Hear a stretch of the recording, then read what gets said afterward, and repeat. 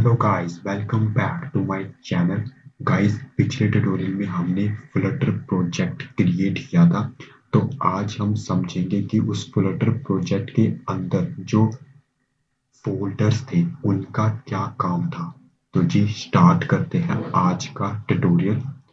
तो जी मैं file system पे क्लिक कर रहा हूँ।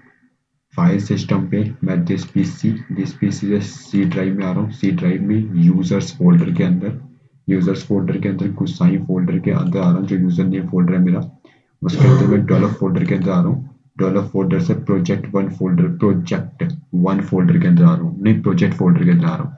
इसके अंदर हमने फर्स्ट ऐप नाम से फोल्डर क्रिएट किया था पिछले ट्यूटोरियल में। तो मैं राइट क्लिक करके इसे ओपन विद कोड मतलब विजुअल स्टूडियो कोड में खोल रहा हूँ। तो जी जैसे कि आप देख सकते हैं ये फोल्डर क्रिएट ओपन हो चुका है, और ये फोल्डर थे जो हमारे प्रोजेक्ट के अंदर यूज हो रहे थे। तो आज समझेंगे कि इन फोल्डर का क्या यूज है। इसमें जो पहला फोल्डर है डार्ट टूल, ये जो फोल्डर है ये कंटेन करता है फाइल जो वेरियस डार्ट टूल्स जो होते हैं वो यूज करती है। मतलब कि जो डार्ट लैंग्वेज के अंदर बहुत सारे जो टूल्स होते हैं, वो जो फाइल यूज कर रहे होते हैं वो इस फाइल के अंदर पड़ी होती है। मतलब जो डार्ट टूल है वो कंटेन करता है, मतलब उसमें पड़ी होती है वो फाइल्स जो वेरियस डार्ट टूल्स जो है यूज कर रहे हैं, वो फाइल्स इस डार्ट टूल के अंदर पड़ी होती है। ये जो डार्ट टूल है ये ऑप्शनल है, ये हमारे यूज का नहीं है, इसे फ्लटर यूज करता है। तो जी अगला देखते हैं आईडी आईडिया आईडीए। ठीक है जी, IDE।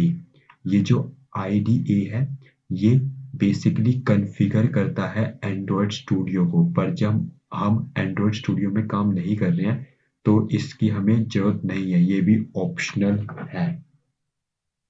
ठीक है जी, ये भी ऑप्शनल है क्योंकि एंड्रॉयड स्टूडियो को कॉन्फ़िगर करता है, मतलब देखता है, पर हम एंड्रॉयड स्टूडियो पे तो काम कर नहीं रहे। तो जी ये ऑप्शनल है, इसे भी आप छोड़ सकते हैं, मतलब इससे हमें वो समझने की जरूरत नहीं है, इसे भी हम छोड़ सकते हैं, ये ऑप्शनल है। तो जी अगला चलते हैं एंड्रॉयड। एंड्रॉयड जो फोल्डर है इसमें एंड्रॉयड प्रोजेक्ट मतलब एंड्रॉयड से रिलेटेड सारा कोड पड़ा हुआ है। एंड्रॉयड प्रोजेक्ट मतलब कि जब आप अपने फ्लटर के कोड को कंपाइल करते हो, मतलब उसे जब रन करते हो वर्चुअल डिवाइस में, तो जो आपका कोड होता है वो मर्ज किया जाता है, मतलब जोड़ा जाता है इस एंड्रॉयड फोल्डर के अंदर। इस एंड्रॉयड फोल्डर के अंदर मर्ज किया जाता है आपके कोड को।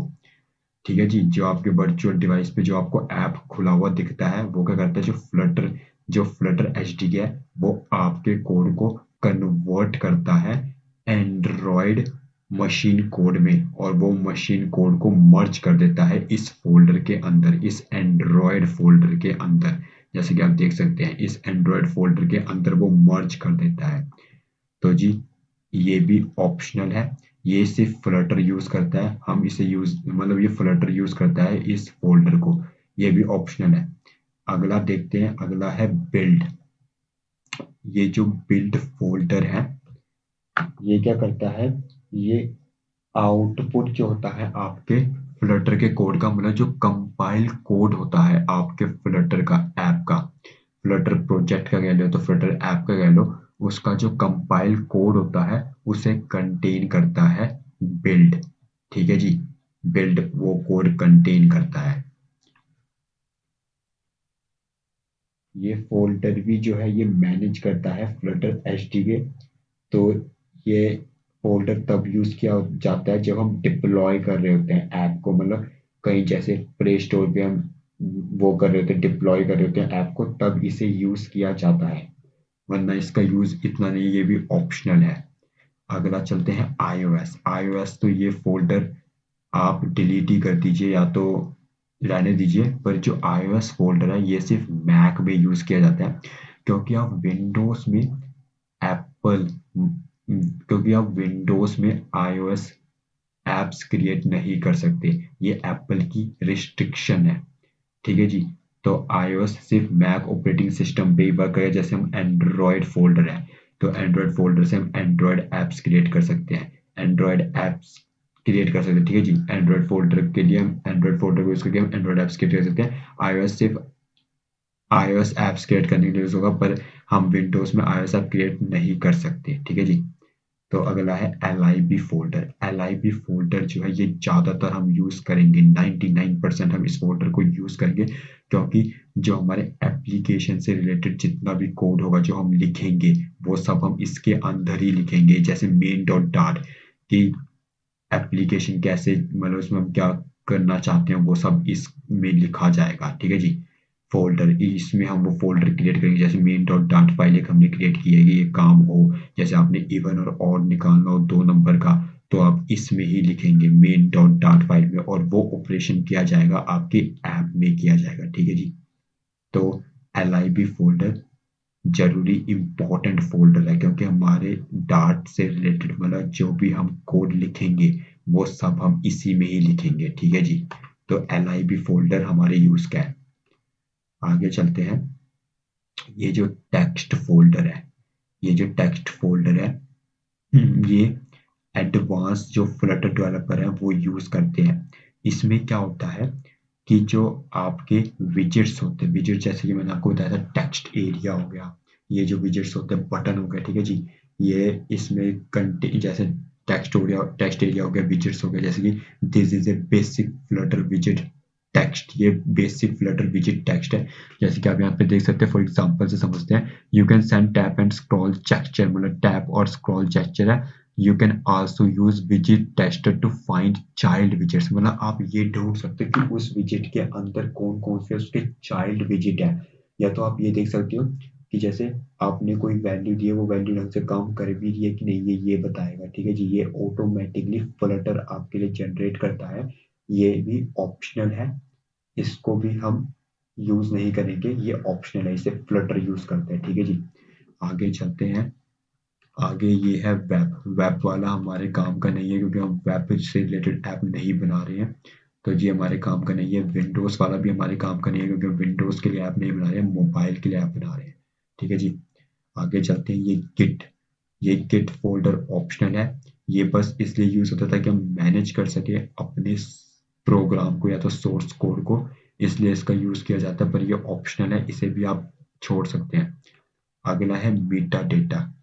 ये मेटा डेटा वो डेटा होता है जिसमें जानकारी होती है हमारे कोड से रिलेटेड। दिस फाइल ट्रैक करता है properties of the Flutter project, मतलब फ्लटर प्रोजेक्ट से रिलेटेड सारी प्रॉपर्टीज इसके अंदर पड़ी होती है, कि हमने क्या क्या यूज किया, क्या क्या डिपेंडेंसीज यूज की, ये चीजें इसमें बताई जाती है, ठीक है जी। तो ये भी ऑप्शनल है, इसे फ्लटर यूज करता है, ठीक है जी। आगे चलते हैं। पैकेजेस। पैकेजेस में ये होता है कि आपके फ्लटर प्रोजेक्ट ने कौन कौन से पैकेज यूज किए, इसमें सब कुछ बताया जाता है कि पैकेजेस कौन कौन से यूज किए आपके फ्लटर प्रोजेक्ट ने, ठीक है जी। इसमें सारी डिटेल्ड इंफॉर्मेशन होती है कि कौन कौन सी डिपेंडेंसीज यूज की गई, मतलब कौन कौन से वो डिपेंडेंसीज आपने यूज की अपने ऐप में, मतलब ठीक है जी। इसमें ये होता है, ये भी ऑप्शनल है। आगे चलते हैं। Analysis optional dot YAML file. Optional dot YAML file ये क्या करती है, एनालिस करती है। This file configure the analyser which statically analyze Dart code to check for errors, warning and links। मतलब ये जो फाइल होती है चेक करती है क्या एरर है, क्या वार्निंग है, उससे रिलेटेड चेक करती है। अगर आपकी डार्ट कोड फाइल में कोई वार्निंग और एरर आया है, उससे रिलेटेड इस फाइल में चेक करती है, ये फाइल चेक करती है कि क्या वार्निंग, क्या एरर आया है, ये इस फाइल का वो काम होता है। पर इसे फ्लटर यूज करता है बैकग्राउंड में, हमें इससे यूज करने की जरूरत नहीं, ये ऑप्शनल है, हम इसमें काम नहीं करेंगे, हमारा सिर्फ एक ही में काम होगा, LIB फोल्डर में। मैं बस आपको इनकी फंक्शनैलिटीज बता रहा हूँ कि कौन कौन ये फ्लटर यूज करेगा और कौन कौन हम यूज करेंगे, ठीक है जी। तो जी जो first underscore app dot YAML file है, ये क्या करेगी, ये स्ट्रक्चर करेगी हमारे प्रोजेक्ट को, मतलब इसके अंदर डिस्क्रिप्शन में कि कैसे स्ट्रक्चर करना है प्रोजेक्ट को। तो ये कंटेन करेगी information of how to structure object, कि कैसे स्ट्रक्चर करना है, कोड को कैसे स्ट्रक्चर करना है, वो इसके अंदर इंफॉर्मेशन होगी। इसे इंटेलिजे आईडिया यूज करता है, पर हम इंटेलिजे आईडिया यूज नहीं कर रहे हैं, विजुअल स्टूडियो कोड यूज कर रहे हैं, तो ये भी ऑप्शनल है, ठीक है जी। ये भी ऑप्शनल है। आगे चलते हैं। pubs pack.log फाइल, इस पे इस फोल्डर को देखने से पहले हम इस पे आते हैं, pubspec.yaml फाइल।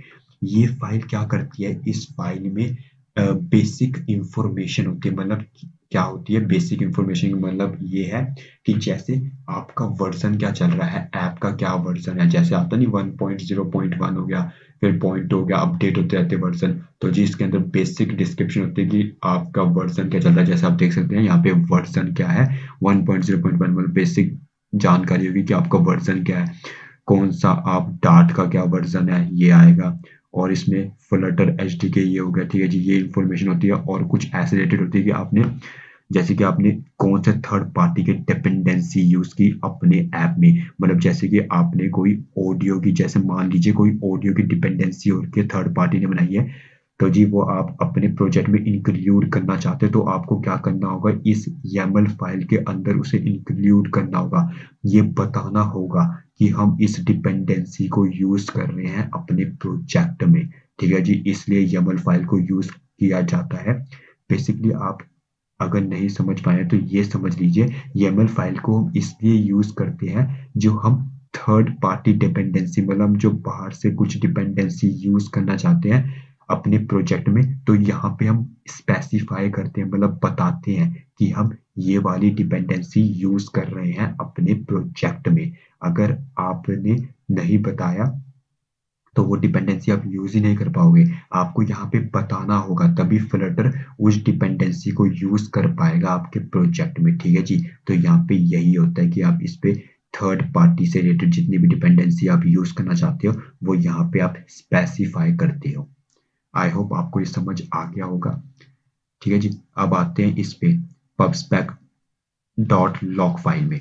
इसमें क्या होता है, इसमें ये जो पबस्पेक डॉट लॉग फोल्डर है, मतलब जो फाइल है, इसको जो हमारा फ्लटर होता है वो ऑटोमेटिकली जनरेट करता है। मतलब जो पबस्पेक डॉट YAML फाइल है उससे नीचे उसके रिलेटेड, उससे पूरे रिलेटेड जानकारी इसमें पूरी डिटेल्ड इंफॉर्मेशन होती है कि आपने कौन कौन सी थर्ड पार्टी डिपेंडेंसी यूज की, ठीक है जी। तो इसको ऑटोमेटिकली जनरेट करता है फ्लटर, तो आपको इसकी टेंशन लेने की जरूरत नहीं है, ये भी ऑप्शनल है।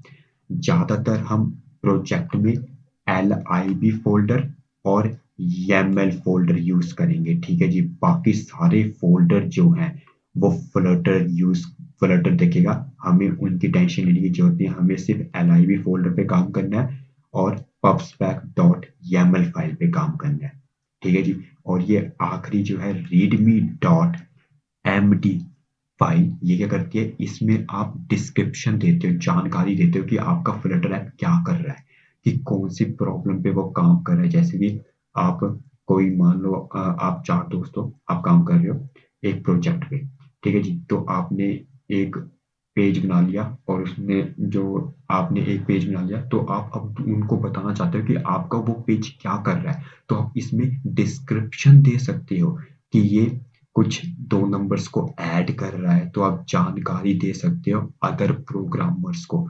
तो इस फोल्डर को इसलिए यूज किया जाता है ताकि आप डिस्क्रिप्शन दे सको अदर प्रोग्रामर्स को कि मेरा जो ये ऐप है ये दो नंबर्स को ऐड कर रहा है, ऐसे करके जानकारी दे सको, ठीक है जी। तो इसलिए इसे यूज किया जाता है।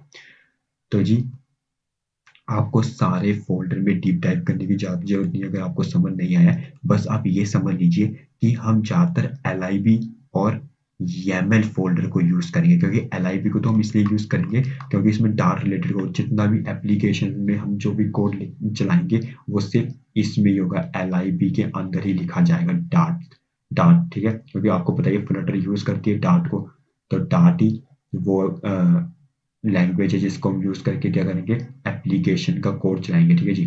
तो आपको बस क्या करना है, LIB फोल्डर पे हम ज्यादातर काम करेंगे और pubspec.yaml फाइल पे हम ज्यादातर काम करेंगे, ठीक है जी। और फोल्डर की आपको टेंशन नहीं लेनी है, वो फ्लटर ऑटोमेटिकली हैंडल कर लेगा। तो जी आई होप आपको ये फ्लटर के फोल्डर जो भी प्रोजेक्ट में यूज हो रहे हैं ये सब समझ आ गए होंगे। अगर आप एक बार मुझे कमेंट सेक्शन में बता दीजिएगा कि आपको ये समझ आ चुके हैं जैसे कि मैंने आपको समझाया, ठीक है जी। If you like this video please share and subscribe my channel. Okay guys, मिलते हैं फिर अगली वीडियो में। अभी के लिए good bye and see you next time.